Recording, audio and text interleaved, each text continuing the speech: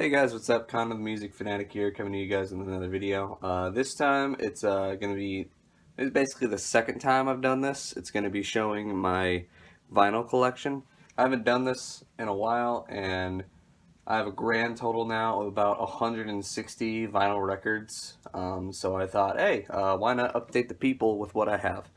So, gonna be going over basically the entire collection here.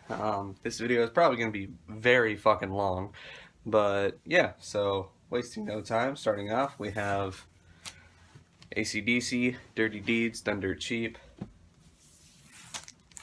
Highway to Hell,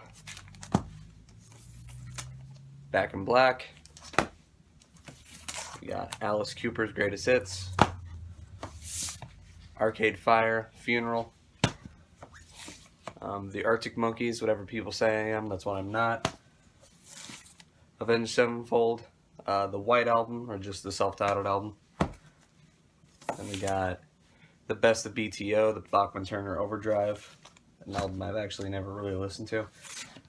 We got the Back to the Future soundtrack, which, as you know, has the song Power of Love by Huey Lewis and the News. Bad Religion, Suffer. It's actually the only Bad Religion album I own on vinyl. Probably should get more. Then we got Introducing the Beatles. All my Beatles albums, they make up like almost a majority of the collection actually. So Introducing the Beatles, Meet the Beatles, A Hard Day's Night, the US version, the Beatles Story, which I got from one of my uncles for Christmas one year. He found an extra copy because it's actually kind of hard to find that just like on original vinyl. Then we got the Beatles 65,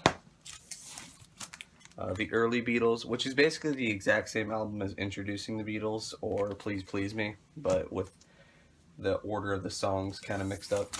Then we got the Beatles 6, Help, the original. I had a 180 gram one, but I wanted the original, so got that.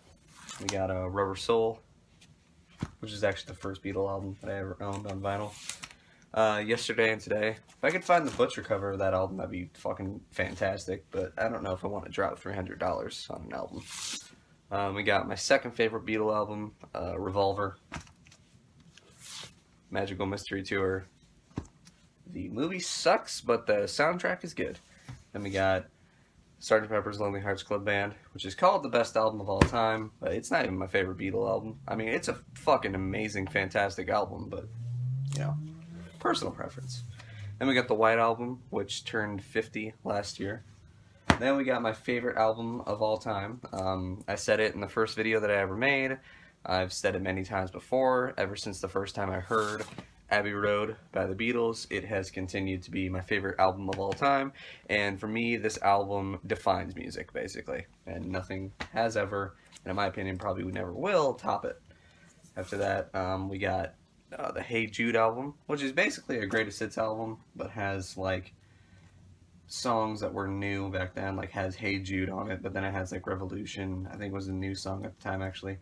Paperback Writer, I Shouldn't Known Better, and like songs like that. Like Can't Buy Me Love is on the album, so. Then we got Let It Be, which this copy actually has the original red Apple logo on the like the actual like record, which I guess back in the day they said if you got the album Let It Be opened up and then saw the red Apple logo rather than the green Apple logo, that basically meant, hey, this is like confirming that the Beatles are breaking up. And yeah, not the last recorded Beatle album, but the last like Beatle album that was actually released to the public was Let It Be as like a studio album. Then after that we have the Red Album, which is the best of 1962 to 1966, and the Blue Album, which is the best of 1967 to 1970. I prefer the 1967 to 1970, honestly. Like, the Beatles had good music throughout their entire career. Like, there's not a bad album by the Beatles, or like not even really a bad song by the Beatles. But I honestly feel like when they went into the studio and became a studio band from 66 to 70, then they were making like some of the best music of all time. Then, as everyone knows, the Beatles just made nothing but love songs left and right, so there's an entire compilation album called The Beatles Love Songs, which is nothing but their love songs. And in my opinion, I feel like they made some of the best love songs ever made. Then after that, we have The Beatles Rarities, and that concludes my Beatles albums. Ugh. I never realized how heavy fucking records are. This is an album by the Black Keys. The name of this album is Brothers. It's Brothers by the Black Keys. It's the only Black Keys album that I own. I mean, I like the Black Keys, but in the year of 2019, they're not really a band that I go back to and listen to. Then we got one of, if not the best heavy metal album of all time, Paranoid by Black Sabbath. It's not my favorite heavy metal album. I do like ones better, but I know that it's like a forefront of the genre of heavy metal. And then we have Buddha by Blink-182, which was actually the last demo tape that they ever released. And if these are on here, I'm going to show them off, but this is a colored vinyl. It's half red and half like a yellowish type color. And the production value on Buddha, if you listen to it, is very, very lo-fi and low production value. But I mean, I guess that's what you get when all they did was just take a tape recorder, put it in there, and start playing, and then release it to the public. Then after that, we have Enema of the State. And this is, again, another, like, colored-ish type vinyl. It's not really colored, because there's really no color. It's kind of just clear, like see-through. But I think it's pretty cool. Blink-182, as you guys know, is one of my favorite bands of all time. Shit, where the fuck did the sleeve go? Oh, there it is. Jesus, I can't even keep track of the sleeve. The sleeve is see-through too, so easy to lose. I don't own my favorite album by Blink-182 on vinyl. You saw my top 10 favorite bands of all time. Actually, never mind. You didn't see my top. They were not my top 10 favorite bands of all time, was for some reason. But my favorite album by Blink-182 is the self-titled album from 2003, and I don't own that on vinyl. But I think at one point I very much could have got it, but for some reason I didn't. Then after that we have the album Take Off Your Pants and Jacket, and this one is, again, another colored vinyl. It's kind of another see-through thing, but it kind of has a little bit of a tie-dye color on it, color scheme on it and everything. Of course, Blink-182, being the pop-punk band that they are, they probably love making colored vinyls and stuff, because, you know, if you're pop-punk, you gotta be flashy to make up for the fact that all of your songs are the easiest songs to fucking play on guitar and stuff. Then an album that everyone knows, but they only know 3 songs off of it, Slippery When Wet by Bon Jovi. This is just my personal own opinion, but I kind of feel like if Bon Jovi were to ever release like a greatest hits album, it would probably be just 3 songs that are off of this album: You Give Love a Bad Name, Wanted Dead or Alive, and Living on a Prayer. Like, I know that there's more songs by Bon Jovi, but like, those are the 3 that I know, and those are like the only 3 that I ever hear on the radio. So yeah, it's just my personal thing if there's really only 3 good songs by Bon Jovi. Sorry if you're a Bon Jovi fan, if they still exist. Then we got one of the greatest debut albums of all time, self-titled album by Boston. Now, this is a compliment. If Boston were to ever release a greatest hits album, they don't need to, because their first album is just a picture-perfect, like, amazing 10 out of 10 album. I might review it one day. But yeah, I mean, their other albums are good too, but it's just like they, you know, caught lightning in a bottle with their first album.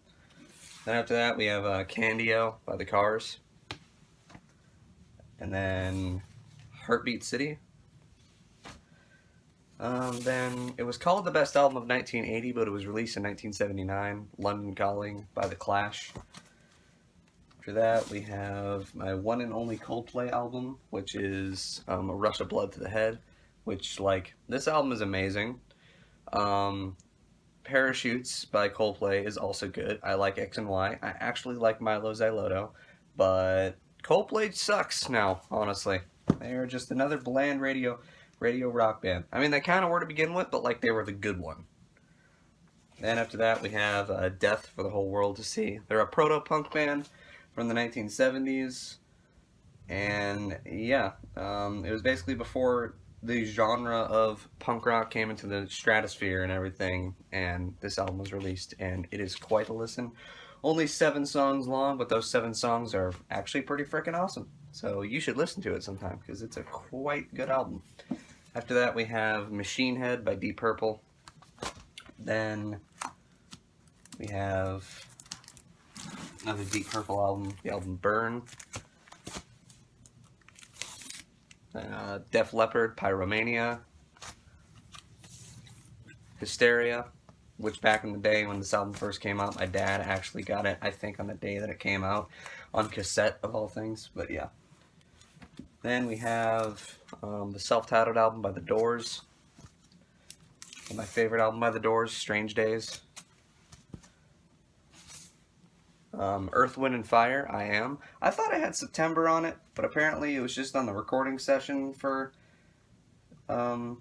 this album, I Am. But yeah, September is not on this album, but Boogie Wonderland is on it. I'm not a disco guy, but Earth, Wind, and Fire is pretty awesome, so... Then after that, we have Every Time I Die from Parts Unknown. I never heard of these guys. They're like a metalcore, kind of deathcore, I'm just going to call them metalcore band. And my uncle went to a record shop and thought that the front cover looked cool. My uncle is like in his 50s. And he picked it up because he was like, hey, the front cover looks cool. I'm going to try it out, and then put it on. He was like, I mean, this kind of scared me, so I think that you would like it better. Actually, it's a pretty good album. So, yeah.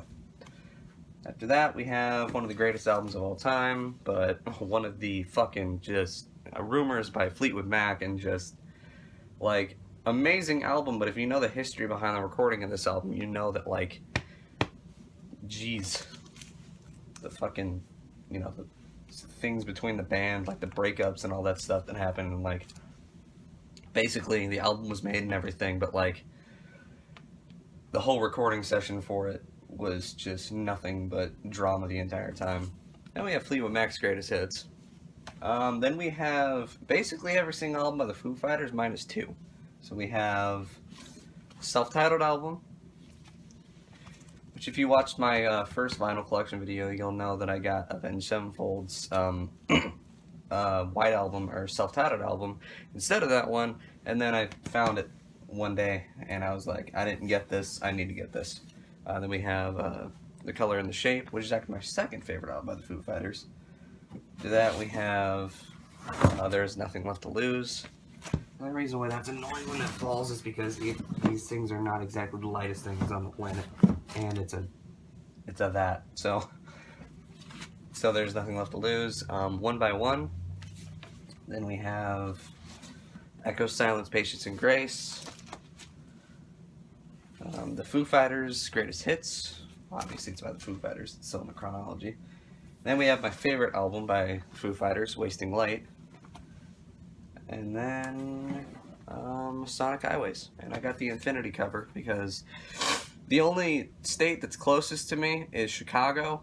I mean, not Chicago. Chicago's not a state. Illinois, and I didn't want to get the Chicago cover, and I thought the Infinity cover looked cool. And not even really a huge fan of this album, actually. So, yeah. I apologize for my voice cracking like every 5 seconds. I don't know if anyone else is noticing that, but it's annoying the crap out of me. So, yeah, like there you go. After that, we have Peter Frampton, or Frampton 1, as some people call it, apparently. I didn't know that until someone corrected me on it. Then we have Frampton Comes Alive.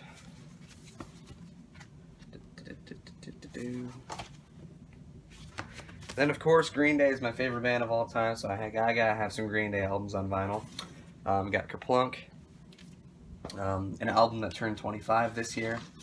Dookie, which is my favorite album by Green Day, and will always be my favorite album by Green Day. It's just a perfect album. Like, it's the definition of, like, when you listen to a pop punk album and when you listen to Green Day, is the definition of just a perfect pop punk album. Years ago, if someone were to tell me that Green Day was a pop punk band, I probably would have been like, no, they're a real actual punk band and everything. But years later, and being, you know, a fan of their music for so long, I've basically realized Green Day is just a pop punk band. They're basically the inventors of pop punk. Blink-182 are the perfecters of pop punk, but Green Day are the inventors of pop punk. And if I'm wrong about that, I don't care, I said it anyways. Insomniac. We got Nimrod. Is this one colored? No, it's not. Oh, well, Dookie is. I forgot to show that. Yeah, I had to order this off of HotTopic.com because it was for the 20th anniversary for the album, but it's a green vinyl. Kind of disappointed that like the inlay of it doesn't have anything cool in it. It just says Reprise, and apparently it's what the original album actually looked like. So the inlay of the album, what it looked like, or the press cover in the middle. Whatever. So yeah, there's Dookie, Insomniac, Nimrod, and then Warning, which is another colored vinyl. Damn it. And this one is a pink vinyl for some odd reason, but it's pink. I think that's actually pretty cool. I got this for like $11 at Hot Topic one day when I went in. It was on a clearance sale, so I guess somebody just didn't want Warning by Green Day, so I got it. Then the first Green Day album that I actually ever bought on vinyl, which was International Super Hits. And this one, again, is a colored vinyl, and this one is kind of like an orange, yellow. Like if orange juice was a color, like it'd be that. So, yeah, first Green Day album I ever bought on vinyl. Reason why I only got this is because like I was starting off. I've been collecting vinyl basically ever since I was like 14 years old. So when I first started off, I just wanted to have what I thought was the best of everything. Then an album that turns 15 this year, and my second favorite album by Green Day, American Idiot, which is another masterpiece album. You can disagree all you want. I don't care. I still like Green Day. You can put all the comments below about how much Green Day sucks. I'm basically, it's going to go through one ear and out the other because I love them no matter what. Then the most recent album that Green Day has released, Revolution Radio. So yeah. Then after that, we have Huey Lewis and the News and the album Sports. Some of these I've never listened to, by the way. Huey Lewis and the News. Sports is one of them. Then we have Iron Maiden, Killers. Peace of Mind. My favorite album by Iron Maiden, Power Slave. It's like everyone's favorite album by Iron Maiden.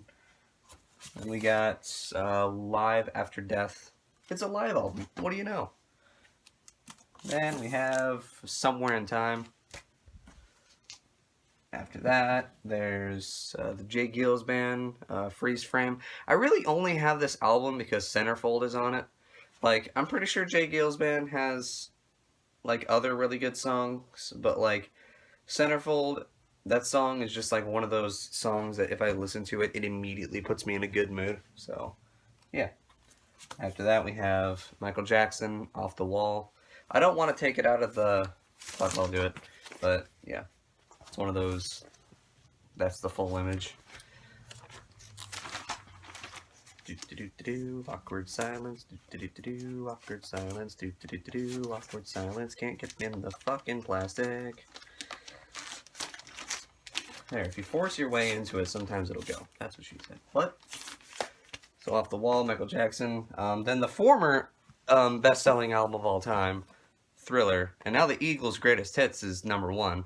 I'm not even that big of a fan of the Eagles. But, like, I don't know. Like, the mainstay of this album, Thriller, being the greatest selling album of all time was, like, something that I thought could have been, like, something that lasted forever. And now the Eagles had to have it.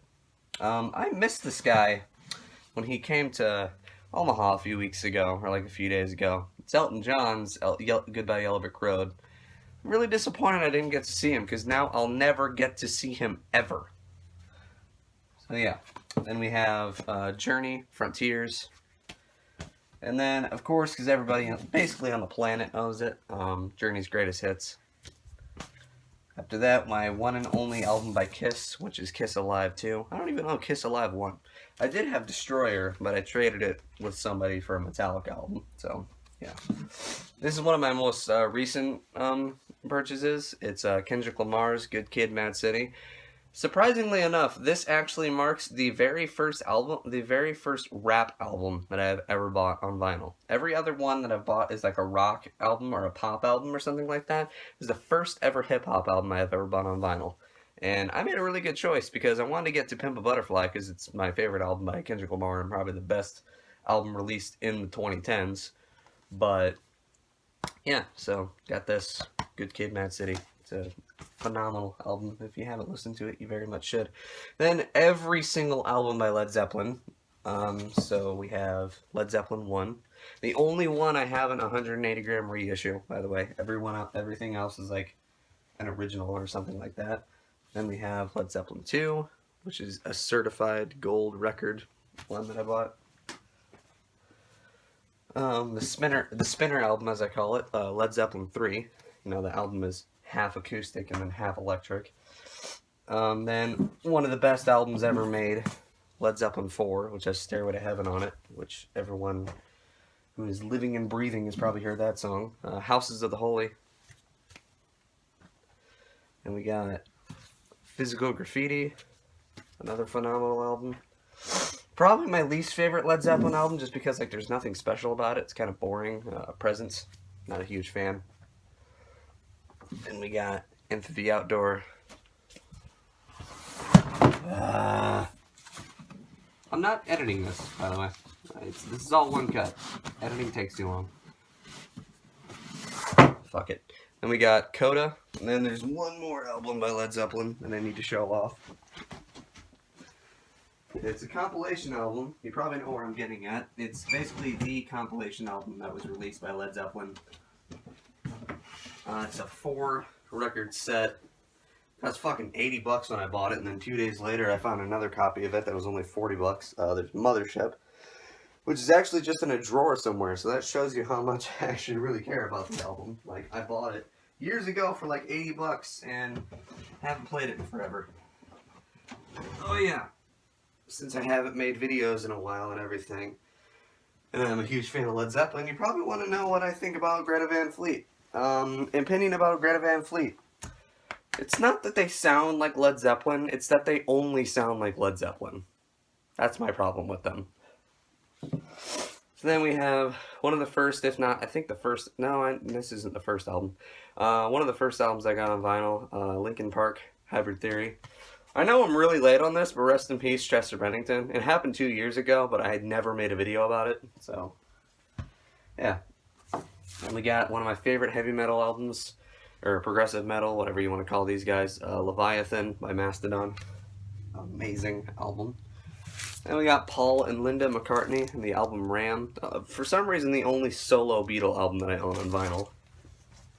After that, we have Bat Out of Hell by Meatloaf. Then the first 4 albums released by Metallica, which is Kill 'Em All, Ride the Lightning, Master of Puppets, then the album that I traded for Destroyer by Kiss, and Justice for All, and Justice for Jason. Then we got, this was the first album that I ever bought on vinyl. Actually, there's 2 of them, and I'll get to that one not shortly, but I'll get to that one. But Static Age by the Misfits. After that, we have Theater of Pain by Motley Crue. I thought I had Black Holes and Revelations, and then turns out I have Origin of Symmetry by Muse. I had a re-coming of this album recently, The Black Parade by My Chemical Romance. I didn't listen to them for like the longest time, then I remember they broke up, and I remember that I never saw them live, and I remember that I missed them, and then listened to this album again, and finally, and then realized just that it's one of the best albums probably ever fucking made.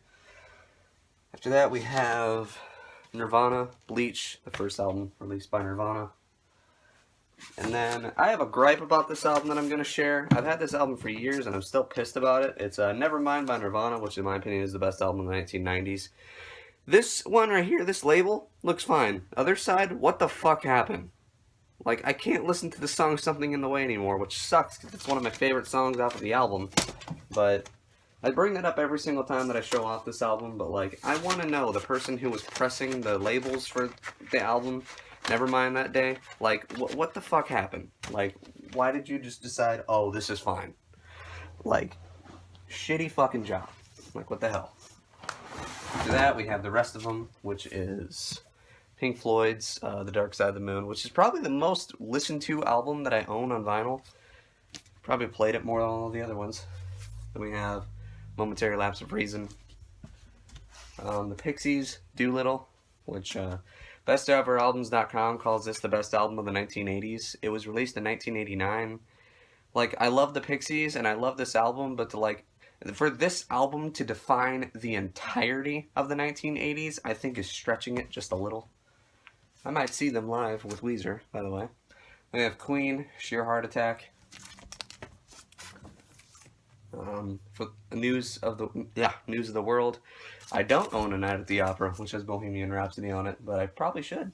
Then we have Queens of the Stone Age, Like Clockwork, which to this day I still say is the best album that was released in the year 2013. Jeez, to think 2013 was... It was 6 years ago. Jeez. Then Radiohead, The Bends. OK Computer. And a very small copy of Kid A. It's tiny. My favorite album by Radiohead, In Rainbows. I almost said my favorite album by In Rainbows, Radiohead. Rage Against the Machine, self-titled album. And we have the Ramones, self-titled album. Rocket to Russia. We have Red Hot Chili Peppers, Blood Sugar Sex Magic, which is my second favorite album by the Red Hot Chili Peppers. My favorite album by the Red Hot Chili Peppers is actually Californication, but I don't own that one on vinyl. Of all the albums I could own by Rise Against, I decided to buy the Black Market for some reason. I don't know why I own it. It's okay. It has good hits off of it, but it's not my favorite Rise Against album. It's also a green vinyl. I think it's just because I was in Hot Topic one day and I wanted to buy an album. And there was nothing else there, and I was just like, I have to leave here with something. So I was like, hey, Rise Against, I like them. Hey, that album's okay, why not? So I bought it. So then after that we have Royal Blood, self-titled album. Rush, 2112. We have Permanent Waves. In my opinion, the greatest punk rock album ever made. Never mind the Bullocks. Here's the Sex Pistols. Then this is another brand new one. It's Rain and Blood by Slayer. This is probably the heaviest album that I own on vinyl, and it's probably one of the heaviest albums ever made. So yeah, Rain and Blood by Slayer. After that, we have the Smashing Pumpkins with Siamese Dream. Yeah, it's Siamese Dream. I've been calling this thing Siamese Dreams for so long. It's Siamese Dream. Also, I listened the other day because, like, honestly, even though I sometimes say that I'm a music reviewer and stuff, I didn't really listen to that much music in 2018. I listened to the new album by the Smashing Pumpkins the other day. What the fuck happened? After that, we have Sound City, Real to Real. Then we have Rick Springfield, Working Class Dog. I don't know why I still own this, honestly. I only have it for Jesse's Girl. The Star Wars soundtrack. We have The Strokes, Is This It? Tame Impala, Inner Speaker. God damn it. Them Crooked Vultures, self-titled album, and only album. I need another album. We have Lateralis by Tool. I need to show off the records because it's quite cool. It has like almost like those body skeleton type things on it. That's what the first record looks like.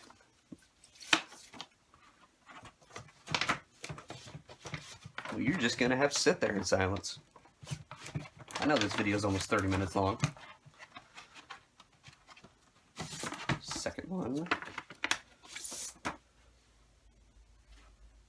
So yeah, it's cool. Tool is supposedly releasing a new album this year. 13 years too late, in my opinion. But, I don't know. It might be good, or it might be boring. I guess we'll just have to see when it's released in May or June, or if it's even actually released. We have U2, October. People shit on U2. I love U2. This was the first album I also bought on vinyl besides the Misfits, Static Age. U2, War, which is probably my favorite album by U2. No, probably my second favorite album by them. The Unforgettable Fire. This is my favorite U2 album, The Joshua Tree. It's their masterpiece. Then we have Van Halen 1. Then 1984. I only own 2 albums by Van Halen. Don't at me. Then we have Weezer, the Blue Album. For that, we have Pinkerton. I wanted just the album when I ordered it, but instead I got the deluxe edition, which has 4 records. Still good songs and still good stuff on it, but like, I just wanted the album of Pinkerton. Everything Will Be Alright in the End, which is one of my other favorite albums by Weezer. And then we have the White Album. And I don't own Pacific Daydream, and it's the only Weezer album I actually don't own on CD, because I don't feel like it deserves it. The White Stripes, White Blood Cells. And we have Elephant. Then the man himself, Jack White, Blunderbuss. And then the ultimate fucking album released on vinyl, Lazaretto. I say that because of the way that the album was freaking pressed and the way that it was made. Like if you want to play the first side of this thing, you have to start from here and then play it out. There's that little freaking, I don't know if you can see it.